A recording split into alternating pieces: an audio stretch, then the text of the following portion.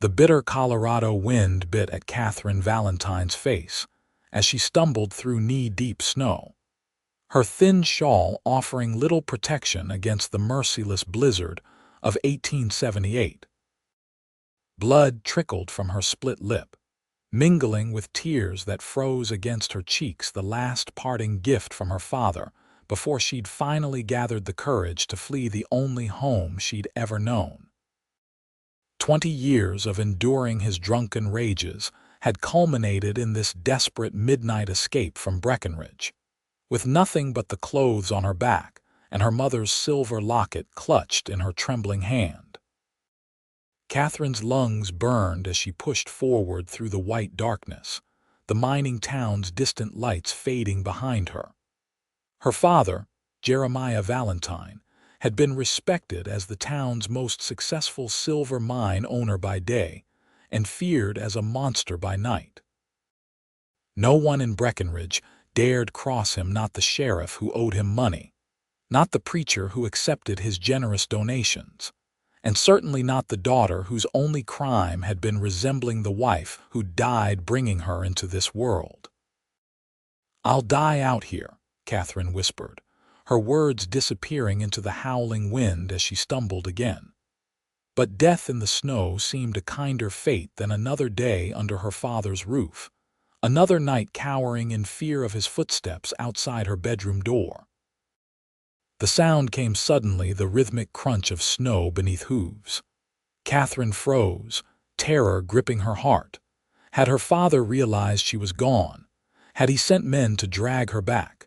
She scrambled behind a snow-laden pine, her breathing shallow and quick. A dark silhouette emerged from the swirling snow, a lone rider on horseback, tall in the saddle, face obscured by a wide-brimmed hat pulled low against the storm.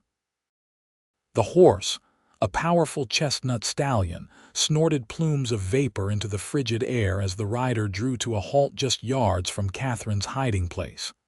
"Miss," the voice called out, deep and steady. "I know you're there. I saw your tracks." Katherine remained silent, calculating her chances of running. Slim to none, she realized, with her feet already numb in her inadequate boots. The rider dismounted with fluid grace, boots crunching in the snow as he approached slowly, hands held open at his sides. "I mean you no harm, miss. No one should be out in this storm. Are you in trouble?" When he was close enough for Katherine to see his face in the dim moonlight that occasionally pierced the clouds, she was struck by eyes that seemed to hold no malice, just concern. A man in his early 30s, perhaps, with a strong jaw darkened by stubble and lines at the corners of his eyes that spoke of both smiles and hardships. "Stay back," Katherine warned, her voice cracking. "I'm not going back there. I'll die first." The stranger paused, studying her bruised face with a gaze that hardened not in anger at her, but at the sight of her injuries. "You're running from someone," he stated simply. "Someone who did that to your face." Katherine's hand instinctively touched her swollen cheek. "My father," she admitted, the words both a confession and a relief to finally speak aloud. The man nodded once, decision made. He removed his heavy coat and held it out to her. "You're free now," he said firmly. "I won't let anyone take you back to that. You have my word." Katherine hesitated, years of taught suspicion warring with desperate need. "Name's Caleb Thornton," he added quietly. "I've got a cabin about 2 miles north of here. Food, fire, and no questions asked if that's what you want, or I can take you to the next town over come morning. Your choice." "Why would you help me?" Katherine asked, still not reaching for the coat. "You don't know me." A ghost of a smile touched Caleb's lips. "Been riding these mountains long enough to know the difference between someone running to trouble and someone running from it." He glanced meaningfully at her battered face. "And I've never been one to look the other way when I could help instead." The wind howled with renewed ferocity, and Katherine shivered violently. The choice wasn't really a choice at all, stay and freeze, or trust this stranger who looked at her with more kindness than she'd seen in years. She stepped forward and accepted the coat, its warmth and weight enveloping her like a promise. "Katherine Valentine," she offered, her first act of defiance being to speak her own name to someone her father hadn't approved. Caleb nodded once, as if sealing a pact. "Miss Valentine," he acknowledged, then turned to his horse. "Can you ride?" "Yes," she answered, one of the few joys her father hadn't managed to take from her rides across the meadows during those rare times when his business took him away for days. "Good." Caleb helped her mount before swinging up behind her, his presence solid and warm at her back. "Hold tight." The storm's getting worse. As the horse began moving through the snow, Katherine found herself leaning back slightly, drawing from the stranger's strength. For the first time in memory, she was heading toward uncertainty rather than the certainty of pain, and somehow that made all the difference. "You're free now," Caleb had said, and as they rode deeper into the wilderness with the lights of Breckenridge disappearing behind them, Katherine allowed herself to believe that perhaps, just perhaps, it might be true.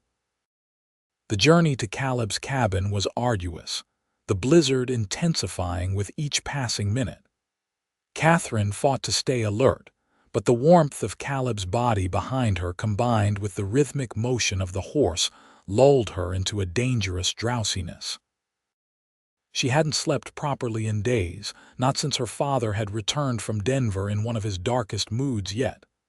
"Stay awake, Miss Valentine," Caleb's voice rumbled against her back. "Not much farther now." "Katherine," she corrected, needing to assert this small thing. "Please call me Katherine." She felt rather than saw his nod. "Katherine, then, talk to me, keep your mind working." "About what?" The question seemed impossibly complex in her exhausted state. "Anything." "Where were you heading tonight?" Katherine almost laughed, the sound catching in her throat. "Away, just away." "I didn't have a plan beyond getting as far from my father as possible." The horse navigated around a fallen tree, Caleb expertly guiding it with subtle shifts of his weight. "That's a start, at least. Most folks I know plan too much and act too little." "And what about you, Mr. Thornton? What brings a man to live alone in the mountains?" There was a pause, and Katherine wondered if she'd overstepped. She'd had little practice with normal conversation, her father having discouraged her from forming friendships in town. "Caleb," he finally replied. "And I came out here after the war. Couldn't stomach the cities anymore. Too many people, too much noise. Up here, a man can hear himself think." The war. It explained something about him, the vigilant way he scanned their surroundings, the economical movement, the eyes that seemed to have seen too much. "You fought for the Union?" she asked. "I did. Enlisted in '63 when I was 18. Seemed the right thing to do." His voice held no pride or regret, just a matter-of-factness that spoke of a man who had made peace with his choices. Before Katherine could respond, a light appeared ahead through the trees, a warm, golden glow that promised sanctuary. "There it is," Caleb said, a hint of relief in his tone. "Home, sweet home." The cabin was larger than Katherine had expected, built of solid logs with a stone chimney from which a thin wisp of smoke still rose. A covered lean-to sheltered firewood and what appeared to be a workshop of some kind. The entire structure spoke of careful craftsmanship and attention to detail. Caleb dismounted first, then helped Katherine down, her legs nearly buckling as her feet touched the ground. Without comment, he steadied her with a firm hand under her elbow, then led his horse to a small but well-built stable attached to the side of the cabin. "Go on inside," he instructed, handing her a key. "Fire should still be going. I'll see to Buster here and be right in." Katherine hesitated only briefly before taking the key and making her way to the cabin door. The interior was dark save for the dying embers in the stone fireplace, but it was gloriously warm after the punishing cold outside. She stood just inside the doorway, unsure of what to do next, what liberties she was allowed to take in this stranger's home. A few minutes later, Caleb entered, stamping snow from his boots. He moved efficiently around the cabin, lighting oil lamps that revealed a space both functional and unexpectedly comfortable. A large table with 2 chairs occupied one corner, bookshelves lined one wall, and a bed with a patchwork quilt stood against another. A second doorway suggested another room beyond. "Sit by the fire before you catch your death," Caleb said, adding logs to the embers and stoking them until flames leaped upward. "I'll make some coffee. You look like you could use it." Katherine sank gratefully into the chair nearest the fireplace, still wrapped in Caleb's coat. As warmth gradually returned to her extremities, pain followed her fingers and toes throbbing as circulation returned. Caleb moved around his small kitchen area, putting a kettle on the cast iron stove and measuring coffee grounds. His movements were precise, a man accustomed to looking after himself. "Your home is lovely," Katherine offered, feeling she should say something to break the silence. Caleb glanced around as if seeing the place through a visitor's eyes. "It serves its purpose. Built most of it myself over the years. You're a carpenter, among other things. I hunt, trap a little, do carpentry work for folks in the area when they need it. Got a small claim up the mountain that produces just enough gold to keep me in supplies."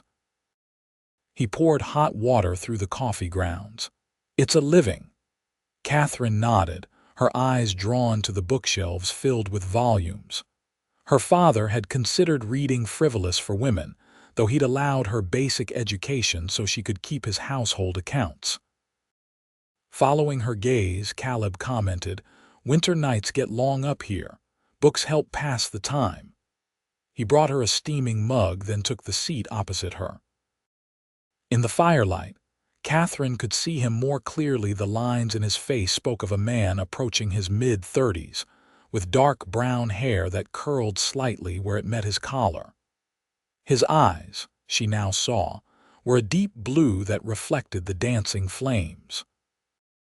"Thank you," Katherine said, her hands curling around the warm mug, "for everything. I don't know what would have happened if you hadn't come along." Caleb nodded, his expression serious. "You want to tell me about it, might help to talk." Katherine stared into the depths of her coffee, wondering how to compress 20 years of fear and control into words. "My father, he's always had a temper. After my mother died birthing me, he changed, according to the housekeeper who raised me. He became obsessed with controlling every aspect of my life. Said it was to protect me, but protection doesn't leave marks like those," Caleb finished quietly. Katherine's hand went to her face again. "No, it doesn't." She took a shaky breath. "Tonight was worse than usual. He'd been drinking heavily since returning from Denver. He told me he'd arranged my marriage to a business associate there, a man 3 times my age who's already buried 2 wives. Caleb's jaw tightened, but he remained silent, allowing her to continue. "When I refused, Katherine's voice faltered. "Well, you can see what happened. Once he passed out, I took my chance. I just ran. I didn't think beyond getting away." "You did the right thing," Caleb said firmly. "No one deserves to live in fear, especially not in their own home." Katherine took a sip of coffee, the hot liquid burning a path down her throat. "He'll look for me. Jeremiah Valentine doesn't let go of what he considers his property easily." "Jeremiah Valentine," Caleb repeated, recognition flashing in his eyes. "The mine owner." Katherine nodded, watching him carefully. Her father's influence stretched throughout the county. Would this change things? Caleb's expression darkened. "I've heard of him. Never had dealings with him myself, but his reputation precedes him, not just as a businessman." "Then you understand why I can't go back," Katherine said quietly. and why I need to get farther away than this. You're safe here tonight, Caleb assured her. No one's foolish enough to be out in this storm, not even men following your father's orders. Tomorrow, we'll figure out what comes next. The simple promise we'll figure out what comes next nearly undid Katherine. For so long, she'd carried her burden alone, planning and replanning an escape that had always seemed impossible. The idea that someone else might help shoulder the weight, even temporarily, was overwhelming. Fatigue washed over her suddenly, the adrenaline that had carried her through the night finally giving way. She swayed slightly in her chair. "You need rest," Caleb observed, standing. "Take the bed." "I'll sleep out here by the fire." "I couldn't possibly." "You can and you will," he interrupted firmly but gently. "You've been through enough tonight. There's a washroom through that door if you want to clean up. I'll find you something to sleep in." Too exhausted to argue further, Katherine simply nodded. Caleb disappeared into what she presumed was a storeroom, returning with a flannel shirt that would serve as a nightgown for her smaller frame. "It's clean," he assured her, handing it over along with a small medical kit. "There's salve in here for those cuts. Might sting, but it'll help with healing." Katherine accepted both with murmured thanks, then retreated to the small washroom. A basin of water stood ready, and she nearly cried at the simple luxury of washing away the blood and tears from her face. The salve did sting, but she applied it carefully to her split lip, and the cut on her cheekbone where her father's ring had caught her. When she emerged, dressed in Caleb's oversized shirt that hung to her knees, she found he had turned down the bed and added another log to the fire. He'd made a pallet for himself near the hearth, his back tactfully turned to give her privacy. "Good night, Katherine," he said, not turning around. "You're safe here. Try to rest." Katherine slipped under the quilt, the exhaustion of the day pulling her toward unconsciousness. The bed smelled of cedar and something uniquely masculine that she assumed was Caleb himself, not unpleasant, but unfamiliar. "Good night, Caleb," she whispered, "and thank you for making me free." As sleep claimed her, Katherine realized she had not prayed in years, having long ago given up hope that anyone was listening. Yet tonight, a prayer formed unbidden in her heart, not for herself, but of gratitude for the stranger who had appeared from the storm like an answer to prayers she hadn't dared to speak. For the first time in memory, Katherine Valentine slept without fear. Morning arrived with gentle persistence, sunlight streaming through the cabin's windows and illuminating dancing dust motes in its golden beams. Katherine woke slowly, momentarily disoriented by the unfamiliar surroundings. The events of the previous night rushed back, and she sat up quickly, wincing at the tenderness of her bruised face. The cabin was quiet. She could see Caleb's pallet near the fireplace, neatly folded but no sign of the man himself. Panic fluttered briefly in her chest. Had he abandoned her? Then she heard the rhythmic sound of chopping wood outside and released a breath she hadn't realized she was holding. Her clothes from yesterday were folded on a chair beside the bed, somewhat cleaner than she remembered them being. The thought of Caleb washing her garments while she slept brought a flush to her cheeks, though the gesture was undeniably kind. Katherine dressed quickly, wincing at her reflection in the small mirror hanging in the washroom. The bruising had blossomed overnight, her left cheek and eye now a mottled purple. At least the salve had helped with the swelling of her split lip. When she emerged from the cabin, she found Caleb by the woodpile, axe in hand, his breath visible in the crisp morning air. The storm had passed, leaving behind a world transformed into a pristine wonderland of white. Sunlight glinted off the snow with almost painful brightness, the sky above an impossible blue. Caleb paused mid-swing when he noticed her, lowering the axe and offering a slight nod. "Morning," he greeted simply. "Coffee's hot on the stove. Figured you needed the sleep." "Thank you," Catherine replied, wrapping her arms around herself against the cold. "For everything." Caleb studied her for a moment, his eyes taking in her bruised face with an expression that was hard to read. Then he nodded toward the cabin. "Go on in. I'll finish up here and join you. We should talk about what comes next." What comes next? The words that had comforted her last night now filled her with uncertainty. In the light of day, her situation seemed more precarious than ever. Where could she go? What could she do? She had no money, no possessions save the clothes she wore and her mother's locket. Her father's influence extended throughout most of Colorado. He wouldn't rest until he found her of that, she was certain.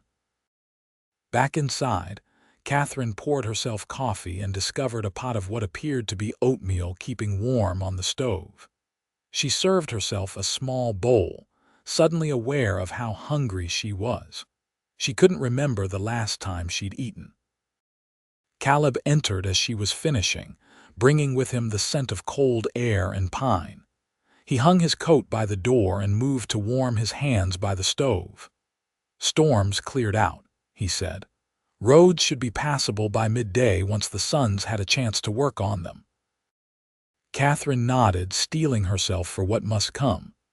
"I need to leave Colorado," she said without preamble. "My father will search every town in the territory." Caleb didn't look surprised. He served himself coffee and sat across from her at the table. "Where will you go?" "I don't know," she admitted. "Somewhere he can't reach, maybe California." "That's a long journey for a woman alone," Caleb observed, his tone neutral, "especially with no funds." Catherine's fingers found her mother's locket, the only thing of value she possessed. "I have this, it's silver. It should buy me passage at least partway." Caleb's eyes softened. "Keep your mother's keepsake, Catherine. There are other options." Hope flickered tentatively within her. "What options?" "I have a friend in Santa Fe, Daniel Cooper. He runs a trading post there. He's a good man who could use help with his books and correspondence. His wife passed last year, leaving him with 2 young children to raise while running his business. You would recommend me for such a position." "You hardly know me," Catherine said, surprised by the offer. A ghost of a smile touched Caleb's lips. "I'm a decent judge of character, had to be in my line of work during the war." "What work was that?" Catherine asked, curiosity temporarily overriding her concerns. "Scout, mostly. Had to figure out who could be trusted and who couldn't, often with little to go on." He sipped his coffee. "Besides, Daniel owes me a favor. Several, in fact." Catherine considered the offer. Santa Fe was far enough from Breckenridge that her father's reach might not extend there. It would give her time to establish herself, perhaps save enough money to go further if needed. "Why would you help me this way?" she asked, needing to understand. Caleb was quiet for a long moment, his gaze focused on something beyond the cabin walls, perhaps in the past. "Let's just say I've seen enough people trapped in situations they didn't create and couldn't escape without help." There was a story there, Catherine sensed, but Caleb's expression discouraged further questions. "The stage to Denver runs through Clinton Creek, about 10 miles from here," he continued. "From Denver, you can connect to Santa Fe. I can get you to Clinton Creek, write a letter for Daniel, and provide enough money for your passage." "I couldn't accept your money," Catherine protested. "Consider it a loan, then. You can repay me once you're settled." His tone made it clear this was non-negotiable. "Daniel pays fair wages. You'll be on your feet in no time." The offer was more generous than anything Catherine had dared hope for. Yet there was a strange reluctance building within her at the thought of traveling to Santa Fe, to yet another unfamiliar place with unfamiliar people. In just one night, this cabin with its books and warmth and its quiet owner had begun to feel more like home than the grand house in Breckenridge ever had. "When would I leave?" she asked, her voice smaller than she intended. The stage runs through Clinton Creek on Tuesdays and Fridays. Today's Wednesday, so you'd have a couple of days to rest and prepare. Caleb rose, taking his empty cup to the wash basin. I need to check my traps. Will you be all right here alone for a few hours? Katherine nodded, relief at not having to leave immediately washing through her. Yes, of course. I could, perhaps prepare supper, to repay your hospitality. Caleb looked surprised, then pleased. I wouldn't say no to a hot meal that isn't my own cooking. Supplies are in the pantry. Help yourself. After he left, Katherine explored the cabin more thoroughly. The second room contained Caleb's workbench, where it appeared he crafted intricate wooden items, boxes, picture frames, even toys. His tools were meticulously organized, the work precise and beautiful. The main room revealed more about the man who had rescued her. His bookshelves contained volumes on history, nature, and poetry, many showing signs of frequent reading. A small desk in one corner held correspondence and what looked like carefully kept accounts. Everything spoke of order, self-sufficiency, and quiet intelligence. Katherine found herself wondering about the life Caleb had built here, so different from the one she had known. There was a solitude to it that might seem lonely to some, but also a peace that she found herself envying. In the kitchen pantry, she discovered a decent array of supplies: flour, sugar, dried beans, preserved fruits, and even some salt pork. Inspiration struck, and she set about making a meal that would properly thank the man who had saved her life. The hours passed quickly, as Katherine lost herself in the simple pleasure of cooking without fear of criticism, or worse. She made biscuits from scratch, prepared a savory stew with dried vegetables and the salt pork, and even managed to create a cobbler using preserved peaches she found in a jar at the back of the pantry. By the time Caleb returned, late afternoon shadows stretching across the snow, tantalizing aromas filled the cabin. He paused in the doorway, surprise evident on his face as he took in the domestic scene before him, the table set with his mismatched dishes, food warming on the stove, and Katherine wiping her hands on a towel. "Something smells mighty good," he said, removing his hat and coat. "I hope you're hungry," Katherine replied, suddenly shy under his gaze. "I might have gotten carried away." A genuine smile transformed Caleb's face, erasing years and revealing a glimpse of the younger man he must have been before the war and whatever had driven him to this solitary life. "I could eat a horse," he admitted, washing his hands at the basin. Successful day on the trap line, caught enough to make the trip to Clinton Creek worthwhile for trading. They sat down to the meal, and Katherine found herself relaxing as Caleb praised her cooking with simple sincerity. Conversation flowed more easily than the night before, moving from practical matters regarding her journey to more personal territories. "Did you always live in Breckenridge?" Caleb asked as they lingered over the last of the cobbler. Katherine nodded. "Born and raised there. My father came during the Silver Rush in '59. Met my mother, who was the daughter of a local shopkeeper. They married in '57, and I came along the following year." She traced patterns on the wooden table with her fingertip. "My mother died bringing me into the world. Father never forgave me for that, I think." "That wasn't your fault," Caleb said firmly. "No child should be blamed for the circumstances of their birth." "What about you?" Katherine asked, eager to shift attention from her painful history. "Have you always lived in Colorado?" "No, I grew up in Missouri. Came west after the war like a lot of men. Tried my hand at different things: cattle driving, mining, even store clerking for a spell in Denver." He smiled slightly. "None of it fit right until I found this place 7 years ago. Previous owner was heading back east, sold it to me for a fair price. Been here ever since." Don't you get lonely? The question slipped out before Katherine could stop it.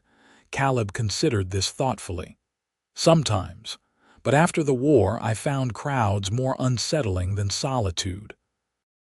Up here, things make sense in a way they don't down in the towns.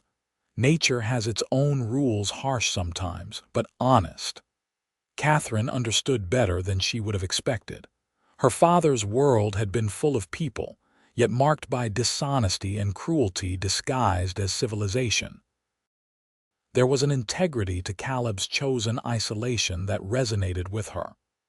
"What will you do when you reach Santa Fe?" Caleb asked, bringing the conversation back to her future. Katherine hesitated. "Work for your friend, save my money. Perhaps eventually open a small business of my own, a bakery maybe."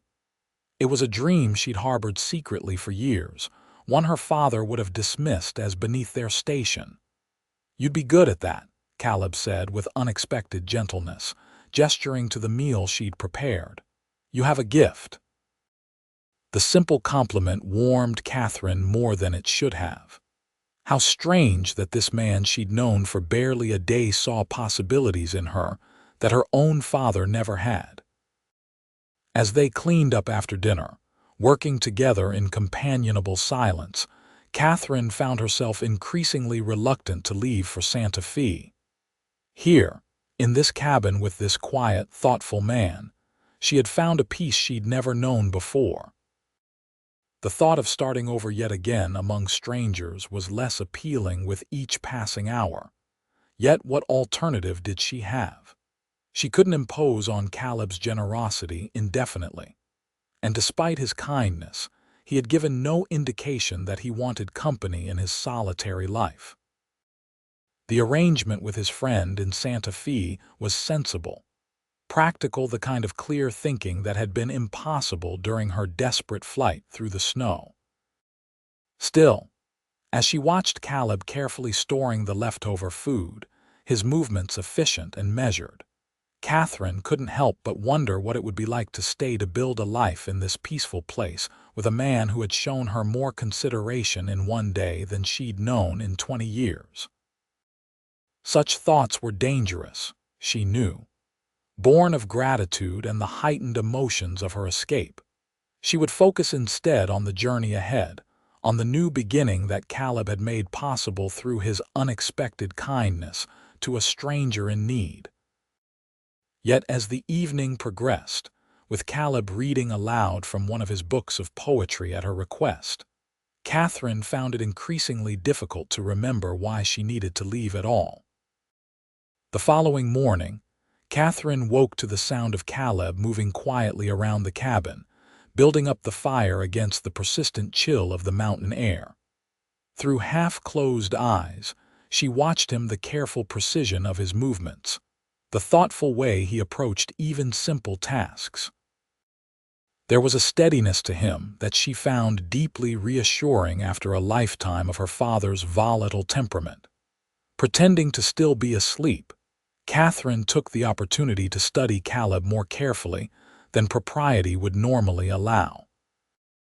In the soft morning light, she could see that his hair was a rich chestnut brown with hints of copper where the sunlight caught it. His face, clean-shaven now, revealed a strong jawline and the slight cleft in his chin that gave character to features that might otherwise have been too perfect. A small scar bisected his left eyebrow, and Katherine found herself curious about its origin, one of many questions she might never have the chance to ask. Caleb glanced over, catching her watching him. Instead of embarrassment, his lips quirked in a small smile. "Coffee's almost ready," he said simply. Katherine sat up, pushing her hair back from her face. "I should help. Rest while you can. The road to Clinton Creek isn't easy, especially after a snow." He poured coffee into a mug and brought it to her. "We'll leave in about an hour if that suits you." Should reach town by mid-afternoon. Today, then. She was leaving today. Katherine accepted the coffee, trying to hide her disappointment. "Of course, thank you." Caleb nodded, then hesitated as if wanting to say something more.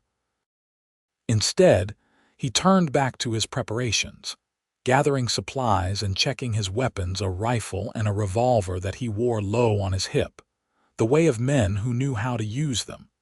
Katherine dressed quickly in the privacy of the washroom, grateful that her bruises had begun to fade slightly. Her reflection still showed evidence of her father's cruelty, but the worst of the swelling had subsided thanks to Caleb's salve. When she emerged, Caleb had a bundle waiting for her. "Some provisions for the journey," he explained, "and a warmer coat. It belonged to a friend. Should fit you well enough." Katherine accepted the bundle, noticing his hesitation. There was a story there, but again, it wasn't hers to ask about. "You're too generous, Caleb." He shook his head dismissively. "Just practical. Can't have you freezing before you reach Santa Fe." An hour later, they were ready to depart. Caleb had hitched his horse to a small sleigh, more practical than horseback for traveling through the deep snow. Katherine sat beside him, bundled in the coat he'd provided, a woman's coat, she realized, though he'd made no mention of who it might have belonged to. As they pulled away from the cabin, Katherine felt an unexpected pang of loss. In just 2 days, she'd found more peace in that simple dwelling than in 20 years in her father's grand house. The journey to Clinton Creek was largely silent, both of them lost in their own thoughts as the sleigh cut through pristine snow. Occasionally, Caleb would point out landmarks or wildlife, a fox darting through the trees, an eagle soaring overhead. Katherine drank in the magnificent wilderness, so different from the confined world she'd known. "Have you ever thought of leaving here?" she asked eventually, breaking the comfortable silence. Caleb considered the question, his eyes remaining on the path ahead. "Sometimes. Spring and summer, I often travel hunting, trading, visiting friends like Daniel, but I always come back. Something about these mountains gets in your blood." "It's beautiful," Katherine agreed, gazing at the snow-laden pines and distant peaks. "I never really saw it before, even though I grew up nearby. Father rarely let me venture beyond town limits." Caleb's hands tightened slightly on the reins. "Some men mistake control for protection." "He never bothered to disguise it as protection," Katherine said softly. "It was always about ownership." They lapsed into silence again, but the shared understanding between them had deepened. Katherine found herself wishing the journey would never end, that they could continue traveling through this winter landscape indefinitely, suspended between her past and whatever uncertain future awaited her. All too soon, the outskirts of Clinton Creek appeared, a small but busy town that served as a trading hub for the surrounding area. As they approached, Katherine instinctively drew the coat closer, pulling its collar up to partially obscure her face. Even here, her father's influence might reach. Caleb noticed her tension. "No one will recognize you," he assured her, "and we won't stay longer than necessary." They made their way to the town's single hotel, a modest 2-story building adjacent to the stage office. Caleb secured a room for Katherine while she waited in the sleigh, her heart pounding at this first interaction with the outside world since her escape. "All arranged," Caleb reported upon his return. "Stage arrives tomorrow at noon. You have a ticket to Denver, where you'll change for the southbound line to Santa Fe." He handed her an envelope. "Letter for Daniel, explaining the situation and enough money for your journey and to tide you over until your first wages." Katherine accepted the envelope, noting its weight. "This is too much, Caleb. I can't."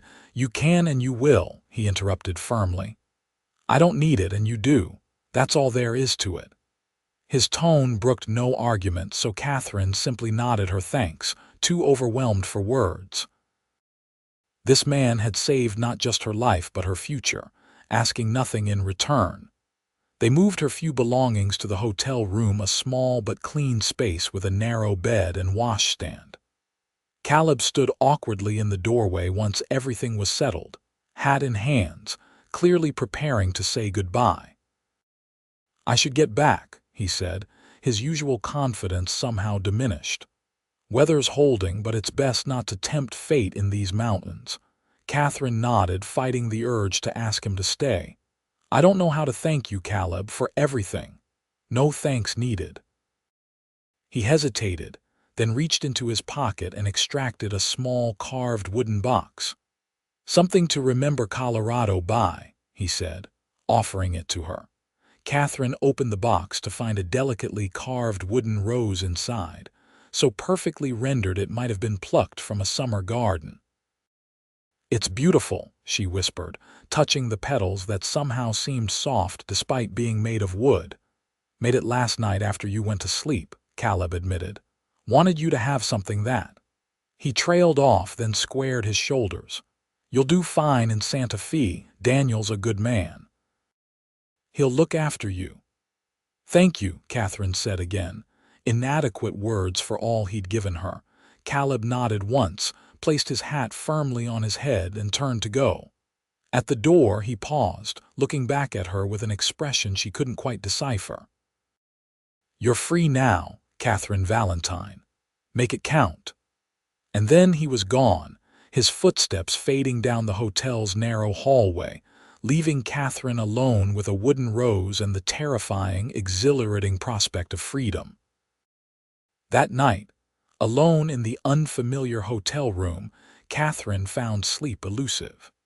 She lay awake listening to the unfamiliar sounds of the town, occasional laughter from the saloon down the street, the watchman calling the midnight hour, the distant howl of a wolf in the surrounding mountains. Her thoughts kept returning to Caleb and the cabin that had briefly been her sanctuary. There had been something unfinished in their parting, words unspoken that hung between them. Or perhaps that was merely her own wishful thinking, born of gratitude and the natural connection between a rescued woman and her rescuer. Yet it had felt like more than that.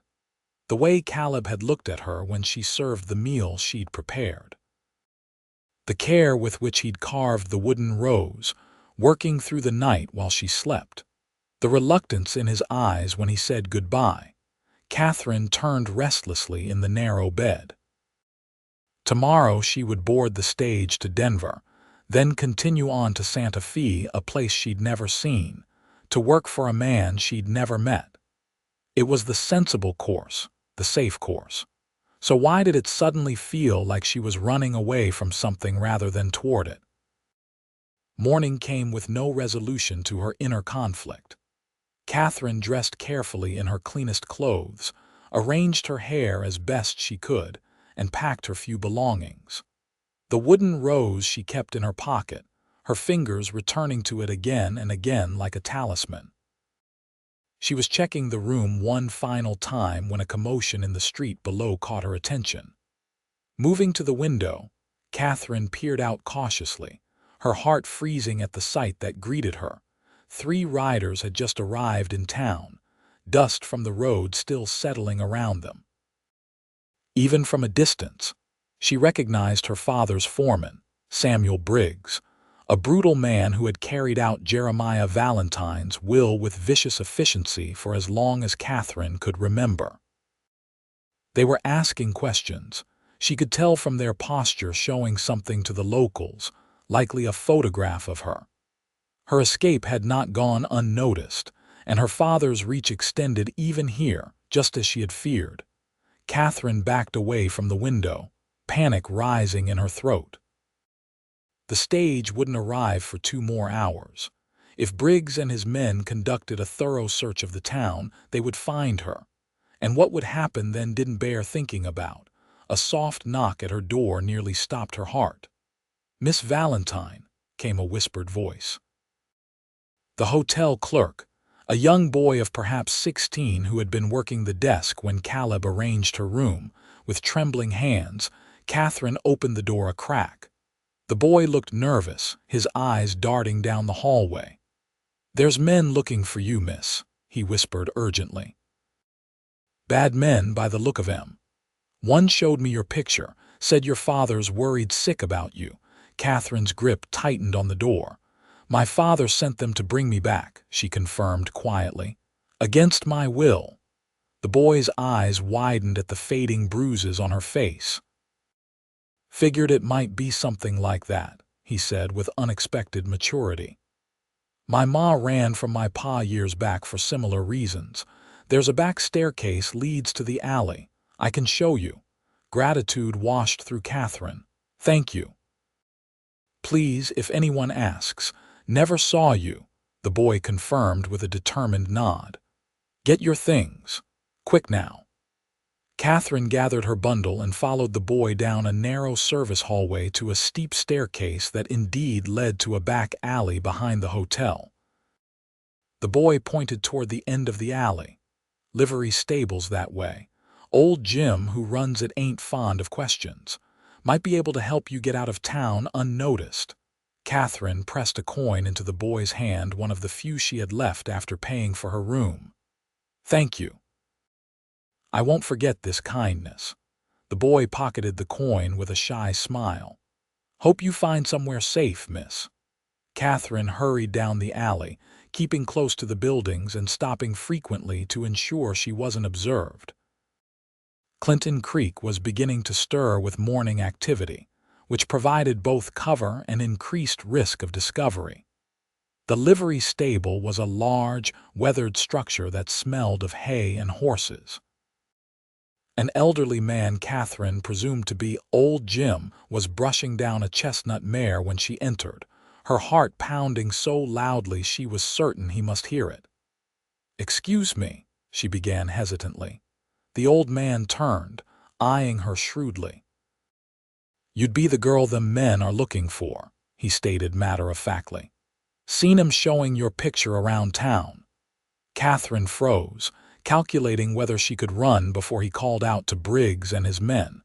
But the livery keeper merely continued brushing the horse, his expression impassive. "Don't much care for men who put bruises on women's faces," he commented after a moment, "nor those who do their dirty work for him." Relief made Catherine's knees weak. "I need to leave town," she said, "immediately, before they find me." Old Jim considered this, still methodically brushing the horse. "Stage don't come through till noon." "I know. Is there another way I can pay?" The lie came easily. The money Caleb had given her was for her journey to Santa Fe, but survival took precedence now. The old man shook his head. "Keep your money, girl. Just so happens I got a wagon heading up to Thornton's place this morning. Supplies he ordered last month finally came in yesterday." "Thornton's," Catherine repeated, hope flaring within her. "Caleb Thornton, you know him?" Old Jim asked, surprise evident in his weathered face. He helped me," Catherine said simply. "He's the one who brought me to town yesterday." Understanding dawned in the old man's eyes. "That explains a few things. Caleb don't usually involve himself in other folks' business." He set down the brush. "Wagon leaves in 10 minutes. You'd best hide yourself under that tarp in the back if you don't want to be seen." "Thank you," Catherine breathed, already moving toward the indicated wagon. "I don't know how to repay your kindness." Old Jim waved away her thanks. "Been knowing Caleb since he first came to these parts. If he thinks you're worth helping, that's good enough for me." Catherine climbed into the back of the wagon, concealing herself beneath the heavy tarp as instructed. The supplies, sacks of flour and sugar, tools, ammunition, and other necessities provided some cushioning against the hard wooden bed of the wagon.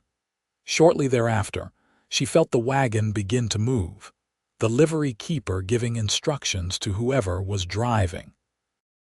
Through a small gap in the tarp, Catherine watched Clinton Creek recede as they headed out of town on what she presumed was the road back to Caleb's mountain home. Relief at her narrow escape warred with anxiety about what would happen next. She hadn't planned to return to Caleb's cabin. Would he welcome her reappearance, or would she be an unwelcome complication in his solitary life? And what of Briggs and his men? Would they somehow track her to the mountain? These questions tumbled through her mind as the wagon creaked and swayed along the snow-packed road. The journey seemed longer than it had the day before, though perhaps that was merely the discomfort of her hiding place and the uncertainty of her reception. Finally, after what seemed like hours, the wagon came to a stop. Katherine heard the driver jump down, then footsteps approaching the cabin. A door opened, and voices spoke, one of them unmistakably Caleb's, though she couldn't make out the words. More footsteps, coming toward the wagon now. Katherine held her breath as the tarp was suddenly pulled back, flooding her hiding place with bright afternoon sunlight. Caleb stood there, surprise etched on his features as he stared down at her. "Katherine," she struggled to sit up, stiff from the long journey in her cramped position. "I'm sorry," she began, the words tumbling out. "My father's men were in Clinton Creek. They were looking for me. I had nowhere else to go." Something flashed in Caleb's eyes, concern, certainly, but also something that might have been relief or even pleasure at seeing her again. He reached down, offering his hand to help her from the wagon.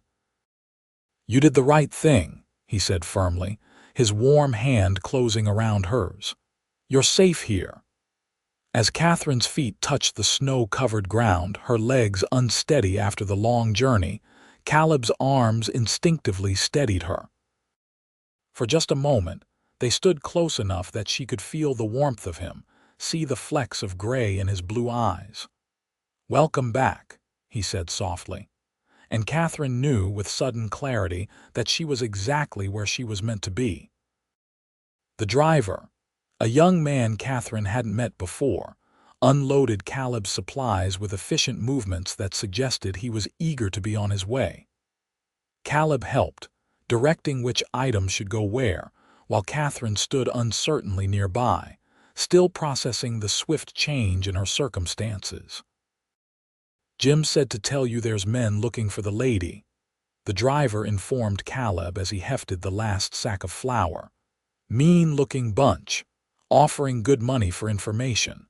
Caleb's expression hardened. "How many?" "3 that I saw, led by a big fella with a scar down his cheek." The driver glanced at Katherine. "They're showing her picture all over town." Samuel Briggs. The scar had come from a knife fight years ago, one of many violent encounters that had cemented his reputation as a man to be feared. That her father had sent his most brutal enforcer spoke volumes about his determination to reclaim her. "Thanks for the warning," Caleb said, pressing coins into the young man's hand, "and for bringing her safely back." The driver pocketed the money with a nod.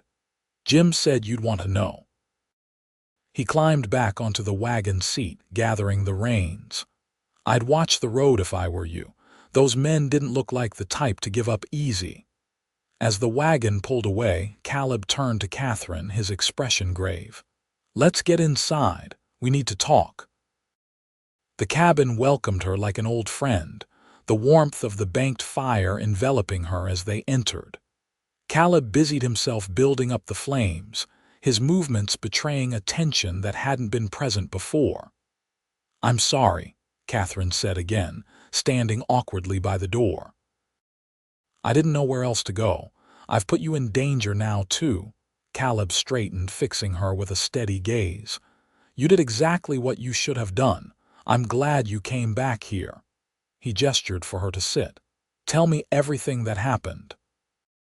Katherine related the morning's events, the arrival of Briggs and his men, the hotel clerk's assistants, her fortunate encounter with old Jim at the livery. Caleb listened intently, asking clarifying questions but otherwise letting her speak uninterrupted. When she finished, he nodded thoughtfully. "Sounds like your father's serious about finding you." "He always considered me his property," Katherine said bitterly. "Something to be controlled, not someone to be loved." "Some men can't tell the difference," Caleb observed, echoing their earlier conversation. He rose, moving to the window to gaze out at the mountain landscape. Briggs and his men might come this way, especially if they learn you left town on a wagon carrying my supplies. Fear clenched in Catherine's stomach. What will we do? Caleb turned back to her, his expression resolute. First, we make sure you're safe. I know these mountains better than anyone. If they come, we'll hear them well before they reach us. And then what? Then we decide whether to hide, run, or stand our ground. His hand moved unconsciously to the revolver at his hip. I prefer not to run if it can be avoided. The casual confidence in his voice steadied Catherine. This wasn't bravado or foolishness, it was the measured assessment of a man who had faced danger before and survived. I won't let you fight my battles, Caleb, she said firmly. This is my problem. A slight smile touched his lips. Some battles are worth fighting, Catherine, even if they aren't your own. The smile faded. Besides, any man who would send someone like Briggs after his own daughter has made it my concern. The conviction in his voice warmed her more than the fire. For the first time in her life, someone was willing to stand between her, and harm not out of obligation or ownership, but from a simple belief that it was the right thing to do. Caleb moved away from the window, his expression shifting to something more practical. You must be hungry after your journey. Let's eat, then we'll make plans. The normality of sharing a simple meal of bread, cheese, and dried fruit grounded Catherine, pushing back the panic that had threatened to overwhelm her. Caleb ate quietly, his eyes occasionally moving to the window as if expecting to see riders appearing on the horizon. Tell me about Santa Fe, Catherine said, needing to break the tense silence. What's it like? The question seemed to surprise him. Beautiful in a different way from here. Older. The buildings are mostly adobe clay and straw baked by the sun into something that lasts for generations. A genuine smile crossed his face. The sunsets there paint the whole world in gold and crimson. It sounds lovely, Catherine said, trying to imagine it so different from the snow-covered mountains surrounding them. It is. Caleb hesitated. Daniel will take good care of you there. His children are young. Emma is 7, Michael just 5. They need a woman's influence in their lives since Sarah passed. There was something in his tone that Catherine couldn't quite place, a reluctance, perhaps, or a resignation. Before she could puzzle it out, he continued. Once this situation with your father is resolved, we can still arrange your journey there if that's what you want. If that's what you want. The qualification hung in the air between them, opening a possibility that neither had directly acknowledged. And if it's not what I want? Catherine asked softly. Caleb met her eyes, something vulnerable flickering in his gaze. Then we'd need to discuss alternatives. The moment stretched between them, taut with unspoken possibilities. Then Caleb broke it, standing abruptly. We should prepare, in case Briggs and his men find this place. There's a small cave about half a mile up the mountain, well hidden, but comfortable enough for a few days if needed. Catherine recognized the tactical retreat from dangerous emotional territory. She nodded, following his lead back to practical matters. What can I do to help? Pack essentials, food, blankets, medical supplies. I'll gather weapons and ammunition. He moved to a trunk in the corner, extracting a smaller revolver. Do you know how to use this? Catherine shook her head. Growing up in mining country, she'd seen plenty of guns but had never been permitted to handle one. I'll teach you, Caleb decided. Not that I expect you to need it, but it's better to know and not need than need and not know. The afternoon passed in practical preparations. Caleb showed Catherine how to load, aim, and fire the revolver, his hands steady and sure as they guided hers. They packed supplies into easily carried bundles and discussed routes through the mountains that would be difficult to track. As evening approached with no sign of pursuit, they allowed themselves to relax slightly. Caleb prepared a simple supper while Katherine arranged their supplies near the door for quick retrieval if necessary. "You're good at this," she observed, watching him move confidently around the cabin. "Planning for trouble, I mean." "Had practice," he replied with a slight shrug. "During the war, then after. Life out here teaches you to prepare for the worst while hoping for the best." They ate by the fire, the lengthening shadows outside bringing a sense of security rather than threat. The longer Briggs and his men took to find them, the more time they had to prepare or for snow to cover their tracks completely. "Tell me about your life before," Caleb said suddenly. "Not the bad parts, the good ones. There must have been some."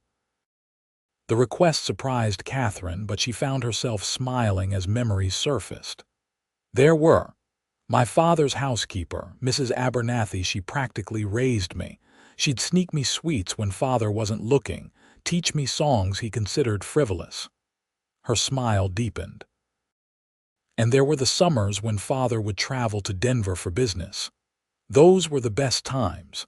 I'd ride for hours in the meadows beyond town, read whatever books I could find." "You like horses?" Caleb asked, interest lighting his eyes. Katherine nodded enthusiastically. "Very much. Father kept several for his carriages. The stable master, Mr. Holloway, taught me to ride properly when I was young before father decided it was unladylike to ride astride rather than side saddle." "I noticed you sat a horse well when we rode here from the snow," Caleb commented. "Thought maybe you had experience." "What about you?" Katherine asked, eager to learn more about the quiet man who had upended her life so completely. "What were the good parts of your life before the war?" Caleb was silent for a long moment, staring into the fire. Katherine was beginning to think he wouldn't answer when he finally spoke, his voice softer than usual. "My mother. She died when I was 16, but before that, she filled our home with music. She played the piano and sang like an angel." A gentle smile touched his lips at the memory.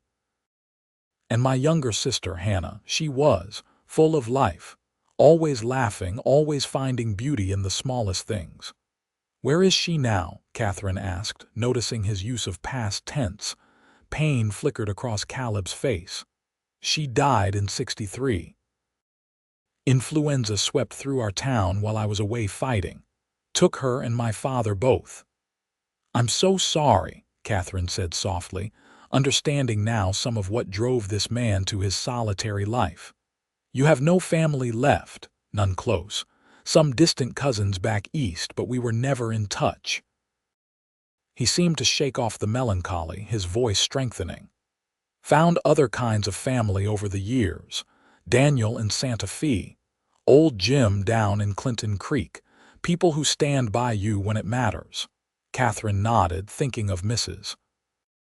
Abernathy and Mr. Holloway, who had shown her kindness within the confines of her father's strict household. "I understand." They lapsed into comfortable silence, the fire crackling between them, casting dancing shadows across the cabin walls. Outside, the wind had picked up, moaning around the eaves with a sound that somehow enhanced the coziness within. "Storm's coming in," Caleb observed, glancing toward the window where snowflakes had begun to swirl. "Good timing. We'll cover any tracks leading here." "Will your friend in Clinton Creek be all right? The boy at the hotel?" Katherine worried about those who had helped her escape. "Jim can take care of himself," Caleb assured her. "And the boy Jimmy Mercer, I assume? His mother's brother is the town sheriff. They'll be fine." Katherine relaxed slightly at this information. "I never asked how did you come to be riding through that storm the night you found me." Caleb's expression grew thoughtful. "Was heading back from checking trap lines further down the mountain. Storm came in faster than expected." He paused. "Though sometimes I think maybe there was a reason I was there that particular night." "Providence," Katherine suggested. "Maybe, or just good luck." He smiled slightly. "For both of us." Katherine raised an eyebrow at this. "How was it lucky for you?" Caleb seemed to consider his answer carefully. "Cabin's been quiet a long time," he said finally. "Too quiet sometimes." The simple admission revealed more than any flowery declaration might have. Katherine felt warmth spreading through her that had nothing to do with the fire. "It's been nice," she agreed softly. "Having someone to talk to." Their eyes met across the flame-lit space, and something shifted between them, an acknowledgement of connection that transcended their brief acquaintance. The moment was broken by a sound outside, faint but distinct.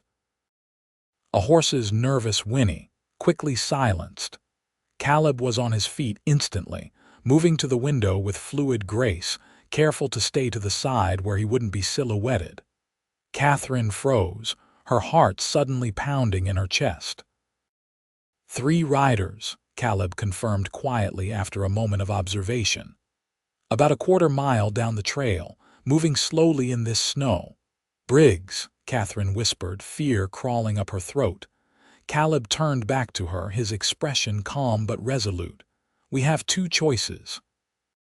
Make for the cave now or stay and face them." "They'll just keep looking," Katherine said, surprising herself with her steady voice. "As long as my father is paying them, they'll hunt me." Caleb nodded, understanding her implicit decision. "Stay away from the windows," he instructed, moving to retrieve his rifle from its place by the door. "And keep that revolver close." As he checked his weapons with practiced efficiency, Katherine found herself watching him with a strange mixture of fear and admiration. This man, who had known her for barely 3 days, was prepared to face armed men on her behalf. "Caleb," she said softly, needing him to understand something important. "I won't go back with them, not alive." His hand stilled on the rifle, and he looked at her with an intensity that made her breath catch. "It won't come to that," he promised. "Whatever happens, you're free now, and you're going to stay that way." The certainty in his voice steadied her. As the sounds of approaching riders grew louder through the falling snow, Katherine Valentine squared her shoulders and prepared to face the men her father had sent to reclaim his property, no longer afraid, but resolved. She was done running. The approach of Briggs and his men seemed to take both forever and no time at all. Katherine found herself counting heartbeats as Caleb positioned himself strategically by the window, rifle at the ready but not yet visible to those outside. 3 men, like the wagon driver said, Caleb murmured.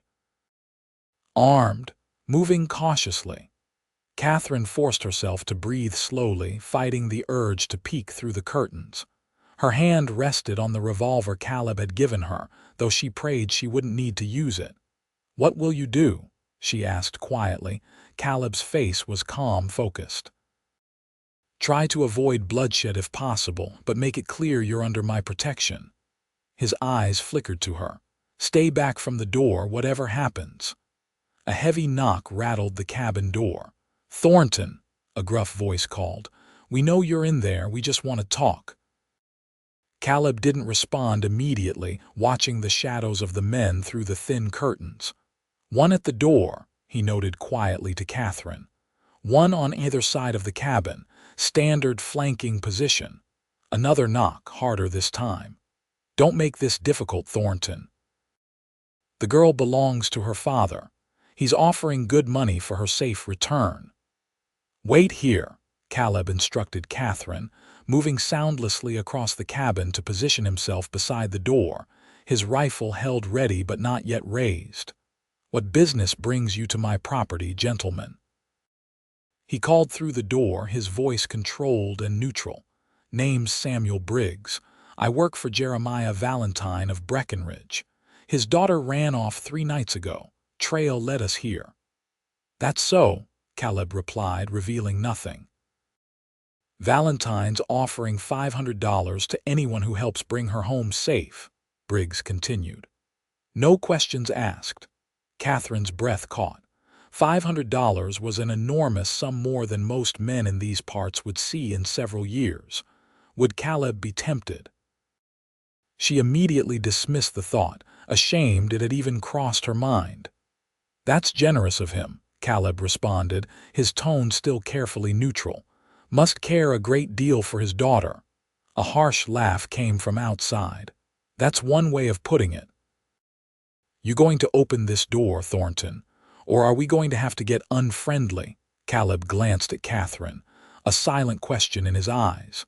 She straightened her shoulders and nodded once. He returned the nod, then called out again. Miss Valentine is here of her own free will. She doesn't wish to return to her father. A moment of silence followed this confirmation. Then Briggs's voice, harder now. That's not her decision to make. Girl's not right in the head. Her father has legal custody. She seems perfectly sound of mind to me, Caleb replied. And she's a grown woman of 20, not a child. Listen, Thornton, Briggs growled, dropping all pretense of civility. I don't know what she's told you or what you think you're doing, but Jeremiah Valentine is not a man you want to cross. We're taking the girl back. Only question is whether you'll be standing or lying down when we leave. Katherine moved closer to Caleb, unable to remain still any longer. Let me speak to them, she whispered. Caleb shook his head firmly. They're not here to listen. 3 against 1, Briggs called. Not good odds, even for a war hero. We know about you, Thornton. Army scout, sharpshooter. But there's 3 of us and only 1 of you. You seem very certain of that, Caleb replied, a hint of amusement entering his voice for the first time. The comment created a moment of uncertainty outside. Katherine could imagine Briggs and his men glancing around, suddenly wondering if Caleb had allies they hadn't spotted. Last chance, Thornton, Briggs called, but with less confidence now. Send the girl out, take the money, and we all go home happy. Caleb's expression hardened. Miss Valentine stays. You and your men can ride back to Breckenridge and tell Jeremiah Valentine his daughter is under my protection now. Any man who tries to take her against her will answers to me. A tense silence followed this declaration.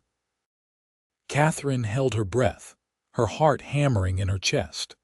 The response came not in words but in action, the sharp crack of a rifle shot, followed by the sound of shattering glass as a bullet splintered the window on the far side of the cabin. Caleb moved with lightning speed, pulling Katherine down behind the solid wooden table he'd overturned earlier as a precaution. Stay down, he ordered, already returning fire through the broken window.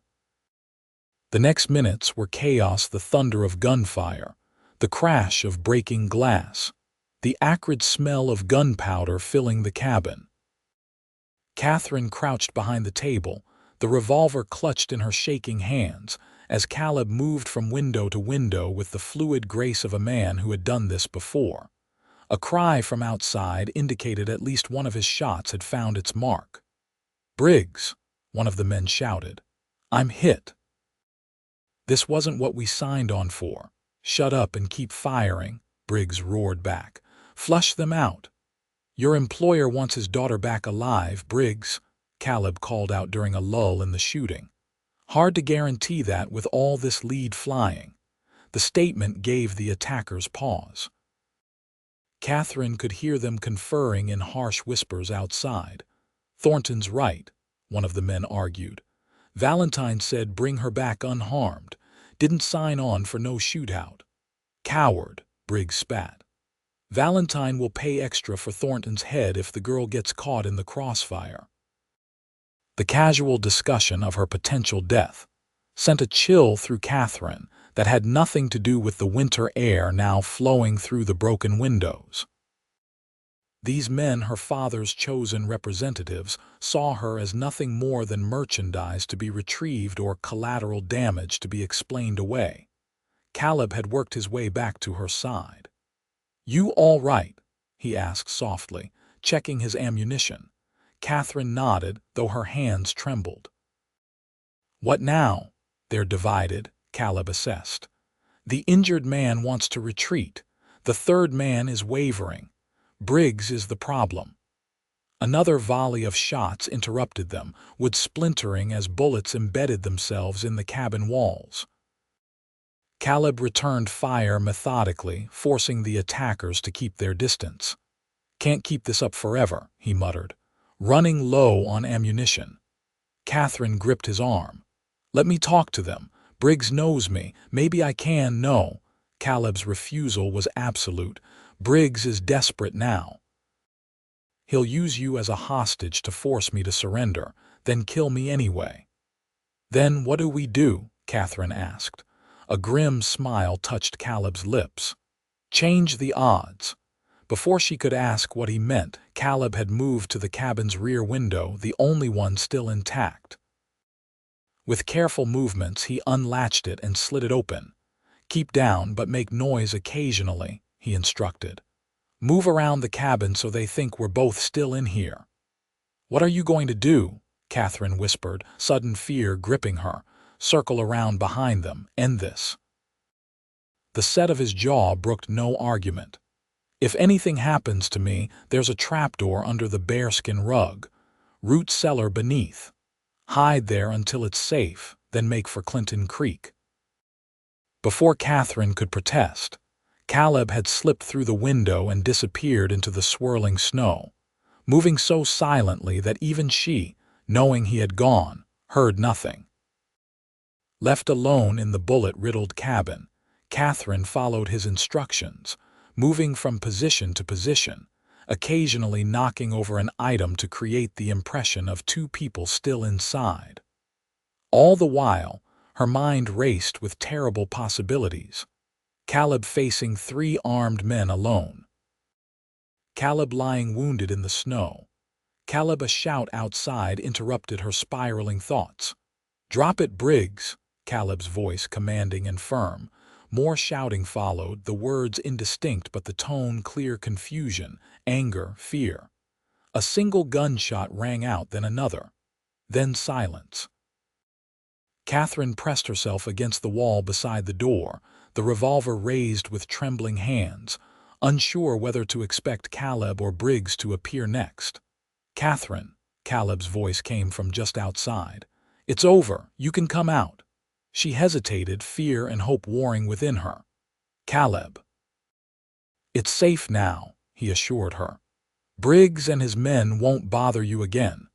With shaking hands, Katherine unbarred the door and pulled it open.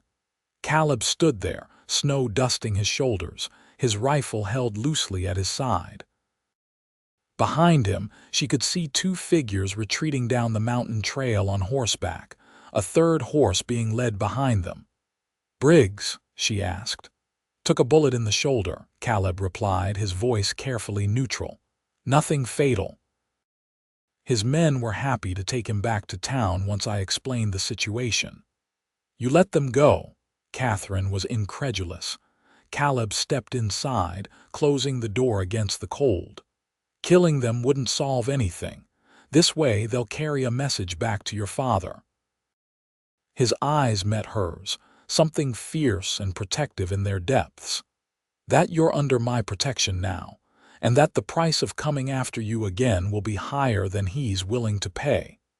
Relief washed over Katherine in a dizzying wave.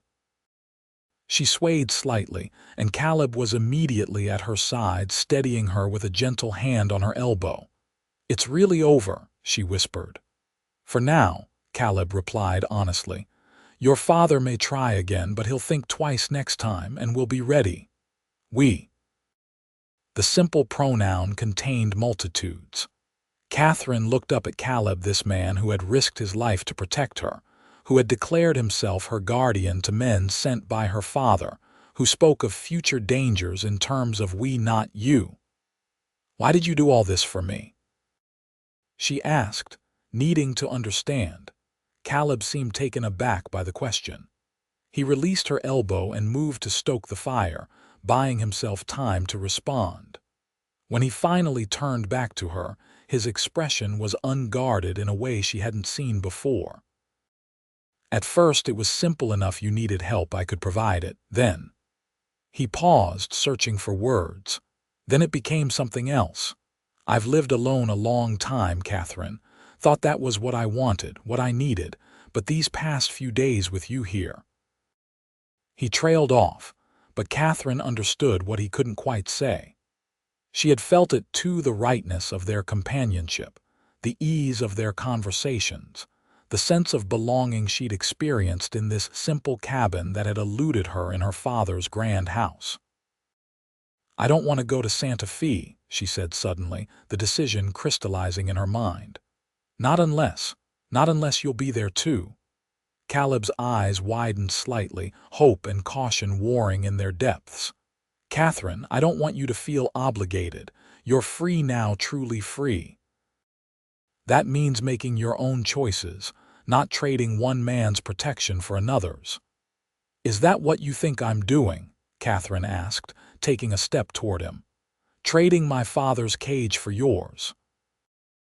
"No, but I've spent my entire life being told what I can and cannot do, who I can and cannot be," Katherine interrupted, a newfound confidence strengthening her voice. "For the first time, I'm choosing for myself, and I choose to stay with you, if you'll have me." Caleb was very still, as if afraid any movement might shatter this moment. "Are you certain? It's a hard life up here, isolated, rough at times." "I've never been more certain of anything," Katherine replied. "I'm not afraid of hard work or isolation. I'm only afraid of returning to a life without freedom. Without—" She hesitated, then finished softly, "without you." The confession hung in the air between them, irrevocable now that it had been spoken. Katherine waited, her heart pounding, as Caleb seemed to wage some internal battle. Finally, he closed the distance between them, his hands coming up to frame her face with infinite gentleness, careful of her healing bruises. "I've been alone too long," he said quietly, "telling myself it was better that way, safer. Then you appeared in the snow and suddenly everything changed." Katherine leaned into his touch, her eyes never leaving his. "For me too." "I can't offer you much," Caleb continued, his voice rough with emotion. "Just this cabin, these mountains, and the promise that you'll never have to fear again, not while I'm breathing." "That's more than enough," Katherine whispered, her hands finding the front of his shirt, feeling the steady beat of his heart beneath her fingers. "That's everything." The kiss, when it came, was gentle at first, tentative, questioning. Then, as Katherine responded with all the newfound confidence of a woman embracing her freedom, it deepened into something more profound, a promise, a beginning, a homecoming. Outside, snow continued to fall, erasing all traces of the violence that had transpired. Inside, by the warmth of the fire, Katherine Valentine and Caleb Thornton discovered what both had secretly hoped from that first night in the blizzard, that sometimes freedom is found not in isolation, but in choosing to bind your life to another's. Spring came to the Colorado mountains with a rush of meltwater and wildflowers, transforming the snow-covered landscape into a riot of color and new growth. Katherine stood on the porch of the cabin, their cabin now, watching as Caleb worked in the small garden they had established together, tilling the soil for the seeds she would plant later. 4 months had passed since the night she'd fled into the blizzard. 4 months of healing, of learning, of building a life together that neither had imagined possible before fate brought them together in the snow. The changes were visible everywhere she looked. The cabin itself had expanded. Caleb had added a second room at Katherine's insistence, preserving the propriety that both still valued despite their growing closeness. The interior had been transformed as well, Katherine's touch evident in the colorful quilts she'd pieced during the long winter evenings, the curtains she'd sewn from fabric purchased in Clinton Creek, the dried flowers hanging in carefully arranged bunches. More significant than the physical changes was the shift within herself. The frightened girl who had run blindly into a snowstorm was gone, replaced by a woman who knew her own mind and heart. The bruises her father had left had faded long ago, but the inner strength that had driven her to flee had only grown stronger. Caleb straightened from his work, sensing her watching him. The smile he gave her still made her heart skip a beat, a private smile that belonged to her alone. "Wool gathering," he called, leaning on his shovel. "Just thinking," Katherine replied, returning his smile. "About how much has changed." Caleb nodded, understanding as he always did. "For the better, I hope, immeasurably."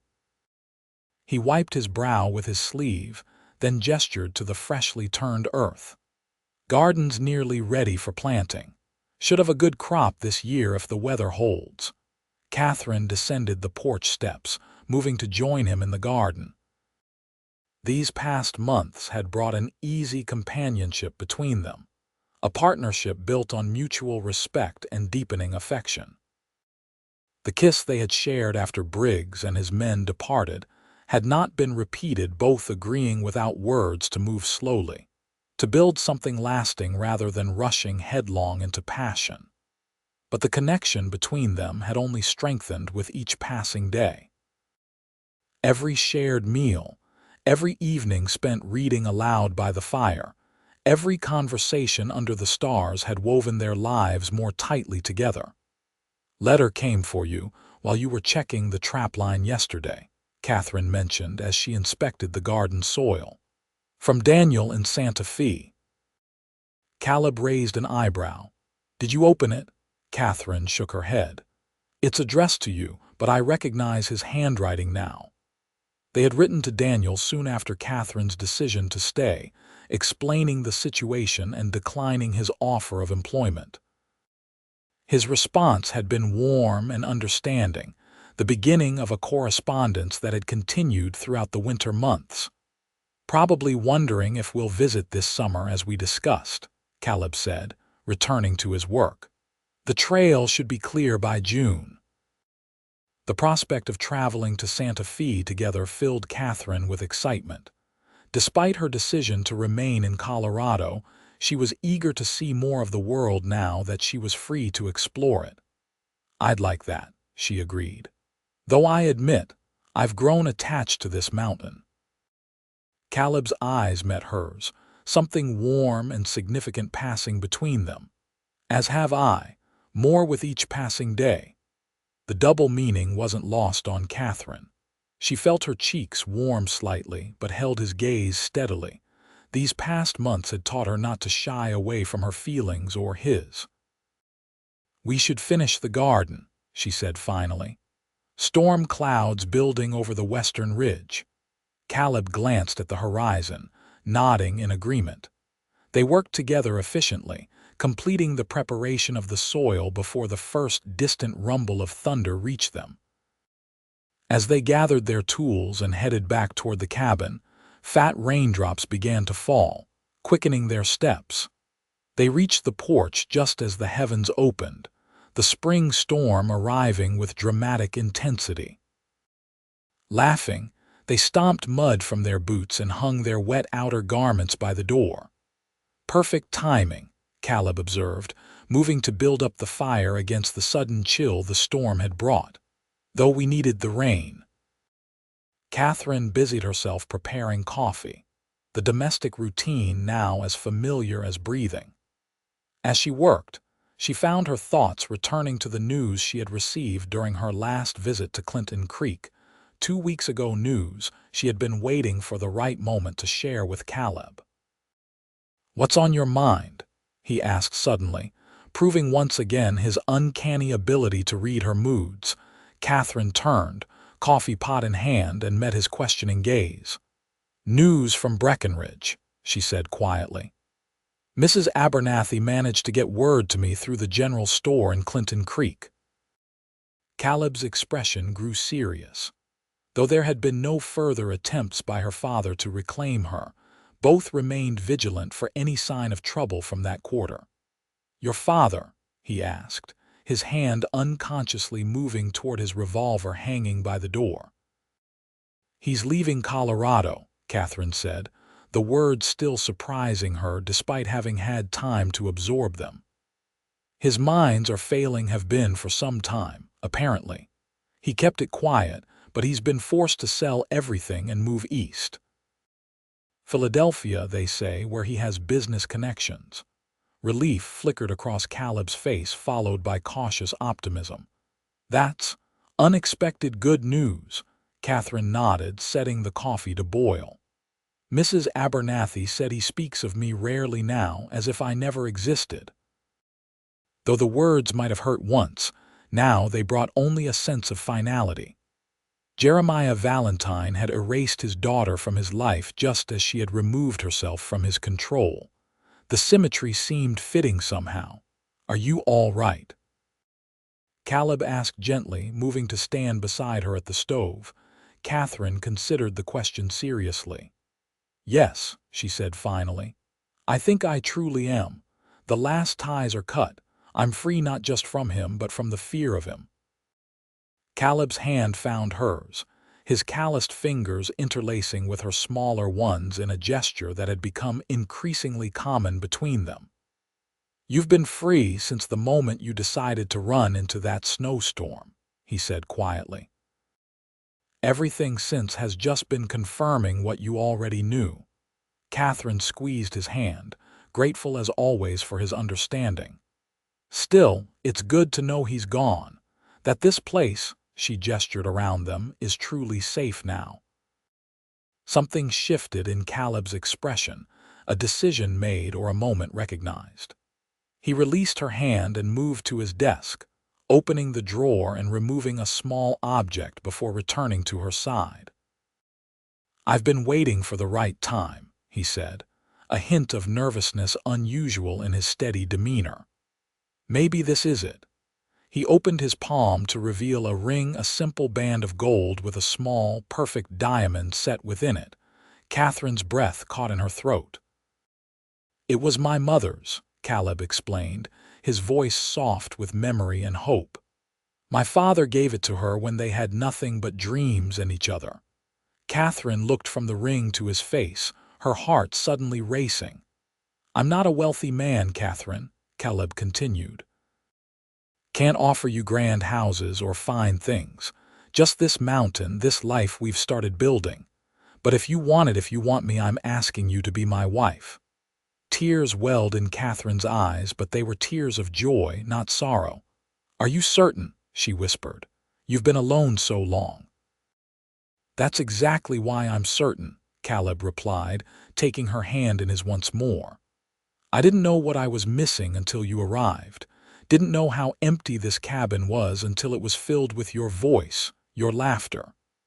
His eyes held hers, steady and sure. "I love you, Katherine Valentine. Have almost since that first night when you stood in the snow and refused to be afraid." The declaration, simple and heartfelt, unlocked something within Katherine. The cautious affection they had cultivated these past months blossomed suddenly into its full form, the love that had been growing between them all along, finally named and embraced. "I love you too," she said, her voice steady despite her tears. "And yes, yes, I want to be your wife. To build a life here with you." Caleb's smile was radiant as he slipped the ring onto her finger. It fit perfectly, as if it had always been meant for her hand. As thunder rolled outside and rain lashed the windows, he drew her into his arms, his kiss no longer tentative but confident, the kiss of a man embracing his future with the woman he loved. That night, as they sat before the fire planning their wedding, a simple ceremony in Clinton Creek, with old Jim and Jimmy Mercer from the hotel as witnesses, Katherine felt a contentment she had never imagined possible. The cruel father, the desperate flight through the snow, the confrontation with Briggs, all had led to this moment, this man, this life. "You're free now," Caleb had told her that first night.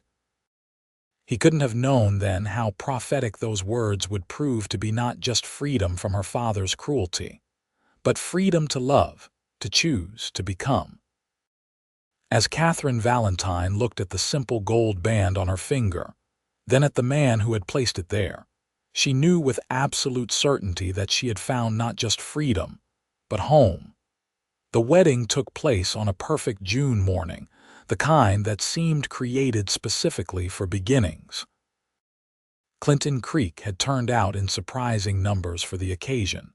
The small church filled with people who had come to know the couple over the past month, shopkeepers with whom they traded, the blacksmith who shoed Caleb's horse, families from outlying homesteads who had heard the story of the woman who had fled her father's cruelty and found love in the mountains.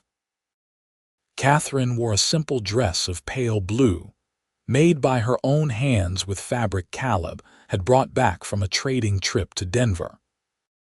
Her dark hair was adorned with wildflowers gathered that morning, and around her neck hung her mother's silver locket, a connection to the past that no longer pained her. Old Jim had indeed stood as witness, along with Jimmy Mercer, whose mother had insisted on baking the wedding cake. Even the young wagon driver who had brought Katherine back to the cabin that snowy day had attended, proudly introducing his new bride to the couple. The ceremony itself was brief but meaningful, Katherine and Caleb exchanging vows they had written themselves, promises not of blind obedience or ownership, but of partnership, respect, and enduring love. When the preacher pronounced them husband and wife, the cheer that went up from the gathered townspeople startled both of them with its enthusiasm. "Seems we've made some friends," Caleb murmured as they made their way through the crowd receiving congratulations. Katherine squeezed his hand, happiness bubbling through her. "People appreciate a good love story," she replied, "especially one that begins with a daring escape and a shootout." Caleb laughed, the sound still rare enough to delight her. "Is that how they're telling it now?" "With considerable embellishment," Katherine confirmed with a smile. "According to Mrs. Mercer at the hotel, you single-handedly fought off a dozen of my father's men while I reloaded your rifles." The celebration continued at the town's small hotel, where tables had been set up in the garden for the wedding feast. As the afternoon progressed into evening, with music from local fiddlers and dancing on the hastily constructed wooden platform, Katherine found herself taking a moment apart from the festivities, watching her new husband in conversation with old Jim and the sheriff. How different this day was from anything she could have imagined when she fled into that snowstorm 6 months ago.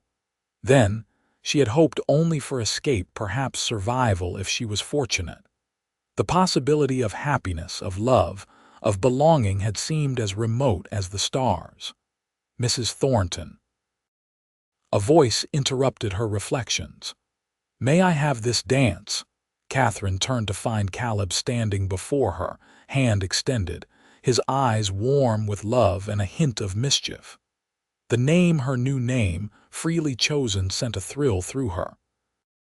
"You may indeed, Mr. Thornton," she replied, placing her hand in his.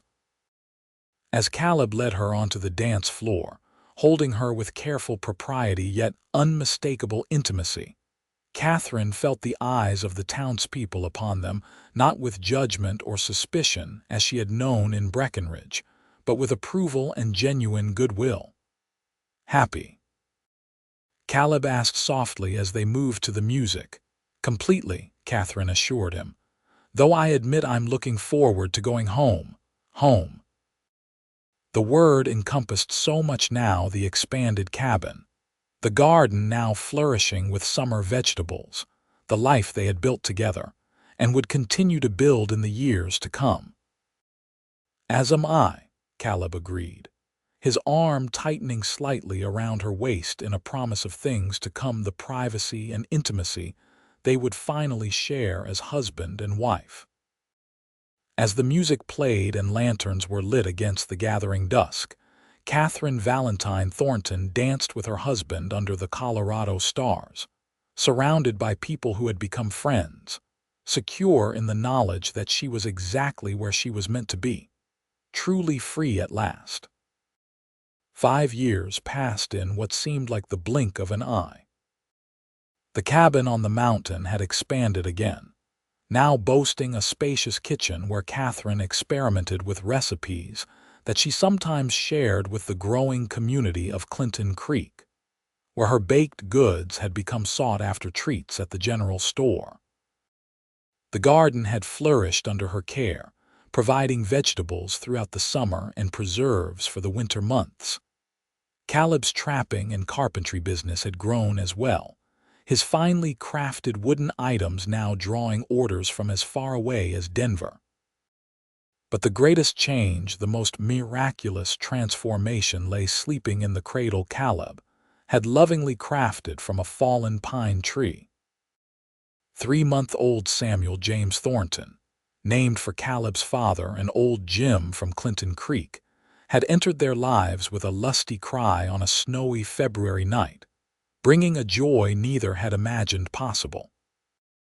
Katherine stood in the doorway of the nursery, once Caleb's workroom, now repurposed for their son, watching the gentle rise and fall of the baby's chest as he slept. Motherhood had changed her in ways she was still discovering, deepening her appreciation for her own mother who had given her life at the cost of her own, and heightening her gratitude for the path that had led her to this moment.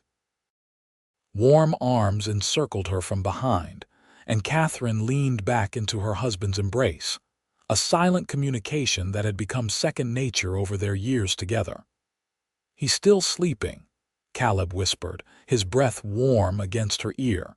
Katherine nodded, turning in his arms to face him. 5 years of marriage had only increased her love for this man, the quiet strength of him, the unwavering support, the partnership they had forged that had seen them through harsh winters, the occasional lean year when game was scarce, and now the joyous chaos of parenthood. "He's a good sleeper," she replied softly. Like his father, Caleb smiled, the expression coming more easily to him now than when they had first met. Parenthood had softened some of his harder edges, bringing out a tenderness that amazed and delighted Katherine daily. "Letter came while you were napping," he said, producing an envelope from his pocket. "From Daniel in Santa Fe." Katherine took it eagerly. Their correspondence with Daniel Cooper had continued throughout the years, and they had visited him twice, once just after their wedding, and again 3 years later. His children, Emma and Michael, had grown attached to Uncle Caleb and Aunt Katherine, while Daniel himself had remarried the previous year to a kind widow named Rebecca. Opening the letter, Katherine scanned its contents, then looked up at Caleb with excitement. "They're coming to visit. In August, when the mountain passes are clear. All 4 of them." Caleb's eyebrows rose in pleased surprise. "That's wonderful news. Samuel will be old enough by then to appreciate visitors." "He says they have news to share in person," Katherine continued, rereading the letter. "Something about a new business venture." "Good timing," Caleb remarked, leading her away from the nursery door toward the main room of the cabin. "I've been thinking about expanding our operations as well. The demand for my woodwork in Denver keeps growing, and your baked goods are becoming quite renowned." Katherine settled into her favorite chair by the fire, still marveling at how their modest beginnings had flourished. What had started as simple survival, Caleb's trapping and occasional carpentry, her small garden and baking, had gradually evolved into a respectable income that allowed them comforts they once would have considered luxuries. "What are you thinking?" she asked, recognizing the thoughtful expression on her husband's face. Caleb sat across from her, leaning forward with the intensity he still sometimes displayed when an idea had taken hold. "A proper workshop in Clinton Creek, space to create larger pieces, maybe train an apprentice. And for you, a small bakery attached to it, nothing grand, just a place where you could sell your goods directly instead of through the general store." The proposal took Katherine by surprise. "You'd consider moving to town?" "Not permanently," Caleb clarified quickly. "This is our home, but perhaps a small place in Clinton Creek for when winter makes the mountain trail impassable, or for the days when we're both working there." The suggestion was practical and forward-thinking, yet Katherine could see there was more to it than business considerations. "You're thinking of Samuel's education," she guessed. Caleb nodded, not surprised that she had read his thoughts so easily. "He'll need schooling eventually, and perhaps companions his own age." The unspoken possibility hung between them that Samuel might someday have siblings, that their family might grow beyond the three of them. It was something they had discussed in the quiet moments before sleep, a future they both hoped for. "I think it's a wonderful idea," Katherine said, reaching across to take his hand. "The best of both worlds, our mountain home and connections to town." Relief and pleasure mingled in Caleb's expression.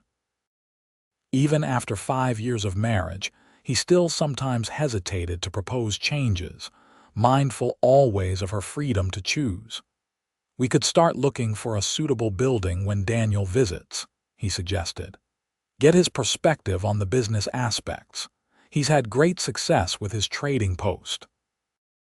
As they continued discussing plans for the future, the sound of a small, indignant cry came from the nursery. Katherine rose immediately, but Caleb was already on his feet. "I'll get him," he said, a smile crinkling the corners of his eyes. "You rest." Katherine watched as her husband disappeared into the nursery, his deep voice immediately softening to soothe their son. Moments later, he emerged with Samuel cradled against his chest, the baby's cries already subsiding as Caleb murmured to him. The sight of them together, her strong, capable husband holding their son with such gentle confidence, filled Katherine's heart to overflowing. How far she had come from that desperate night in the snow, when freedom had seemed like nothing more than escape from cruelty. True freedom, she had discovered, wasn't the absence of connections but the presence of the right one's, bonds chosen with clear eyes and full hearts, relationships that nourished rather than diminished. As Caleb settled beside her with their son, now contentedly grasping his father's finger in a tiny fist, Katherine reflected on the journey that had brought them here. The desperate flight from her father's house, the snowstorm that might have claimed her life, the appearance of a lone rider who had offered not just safety but a chance at a life she had never dared imagine. "You're thinking deep thoughts," Caleb observed, his free hand finding hers. "Just grateful," Katherine replied, leaning against his shoulder. "For that snowstorm, for you finding me, for everything that followed." Caleb's fingers tightened around hers. "Providence," he said simply. Katherine smiled, remembering their conversation from years ago. "Not just luck, too perfect to be mere chance," Caleb replied, looking from their son to her with eyes full of love. "Finding you was the best thing that ever happened to me, Katherine Thornton, even if I didn't know it the moment I saw you hiding behind that pine tree." "You told me I was free," Katherine reminded him softly. "The first words you really said to me. And are you?" Caleb asked, his voice gentle with genuine curiosity. "After all this time, all the changes, the responsibilities, do you still feel free?" Katherine considered the question seriously, looking around at the home they had built together, at the child they had created, at the man who had never once tried to clip her wings but had instead given her the sky. "More than ever," she answered truthfully. "Because true freedom isn't about being bound to nothing. It's about choosing your bonds wisely."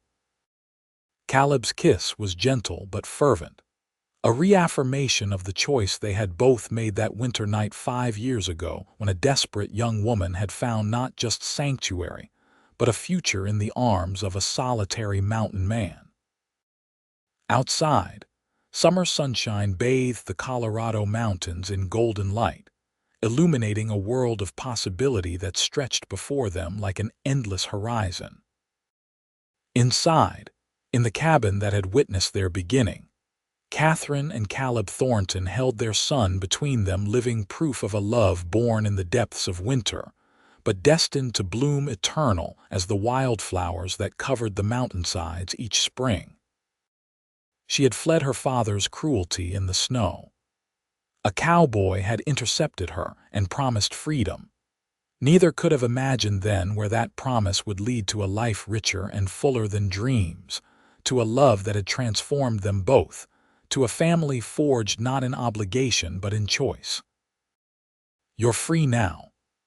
The words echoed across time, no longer just a promise but a reality lived every day in joy and gratitude.